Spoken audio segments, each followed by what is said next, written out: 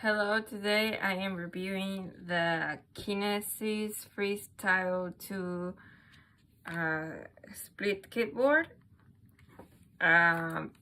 This keyboard is, I would say it's okay. It's not my favorite, but it gets the job done, and I think it's one of the most affordable Kinesis keyboards out there.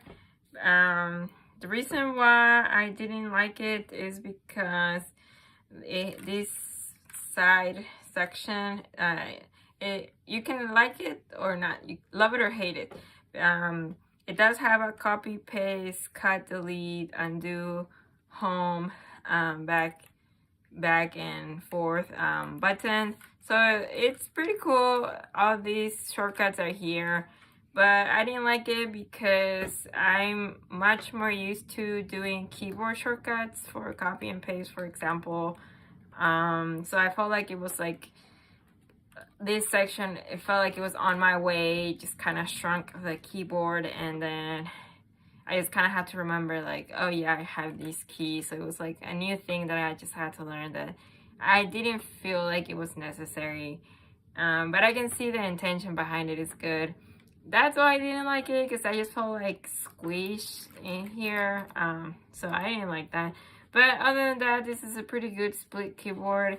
If it's your first split keyboard, as it was mine, I got the, I can't remember the exact size, but I got the longest size available, so I could split it literally so that I could have my arms be at exactly 90 degrees rather than do these as with most keyboards where you have to angle your arms in. The split keyboard is really nice because it lets your arms be at 90 degrees exactly from your elbow. So that's really good. It comes with a quick start guide, and it does tell you what each button does, and also it gives you examples of how to place your hands correctly. And then it has some other FAQs regarding the keyboard that are pretty useful. It also does have this little connector bridge right here, so you could connect it if you wanted to and use different angles. The accessories are sold separate, so if you bought the accessories, you could actually lift it up and use all kinds of different angles. It is a USB connected. I got this one. I don't know if there's a wireless version, but I got this version. And yeah, it's just a pretty cool keyboard. I just didn't like this section, that's why, but that's my personal choice. If you think this is cool, I would say this is a good purchase.